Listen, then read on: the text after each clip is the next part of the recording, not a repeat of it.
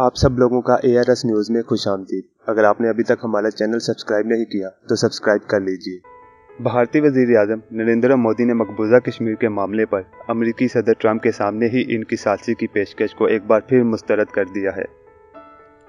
France के शहर बेयार्ज में G7 कॉन्फ्रेंस के दौरान अमेरिकी सदर ट्रंप और भारतीय वज़ीर आज़म मोदी के दरमियान साइड लाइन पर मुलाकात हुई, जिसके बाद दोनों ने मीडिया से गुफ्तगू भी की।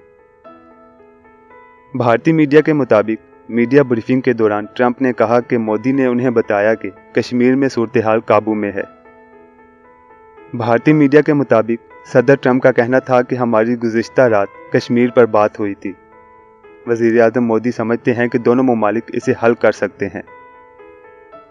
अमेरिकी सदर ने कहा कि वो पाकिस्तान से बात करते हैं और उन्हें यकीन है कि वो कुछ कर लेंगे जो बहुत अच्छा होगा।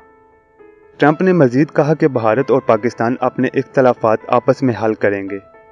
इस मौके पर भारतीय वज़ीर आज़म मोदी ने एक बार फिर डटाई का मुजाहिरा किया और ट्रंप के सामने ही इनकी सालसी की पेशकश को टुकराते हुए कहा कि पाकिस्तान और भारत के दरमियान तमाम मसाइल दो तरफा हैं, इसलिए किसी तीसरे मुल्क को तकलीफ नहीं देना चाहते।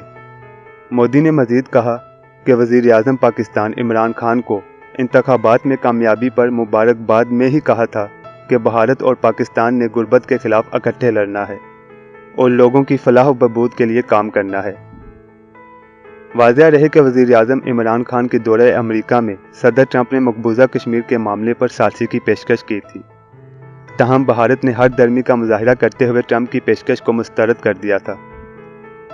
वज़ीर आज़म के दौरे अमेरिका के बाद भारत ने मकबूजा कश्मीर की खुसूसी हैसियत ख़त्म कर दी और वादी को दुनिया की सबसे बड़ी जेल में तब्दील कर दिया, जहां गुज़िश्ता कई रोज़ से कर्फ्यू नाफिज है।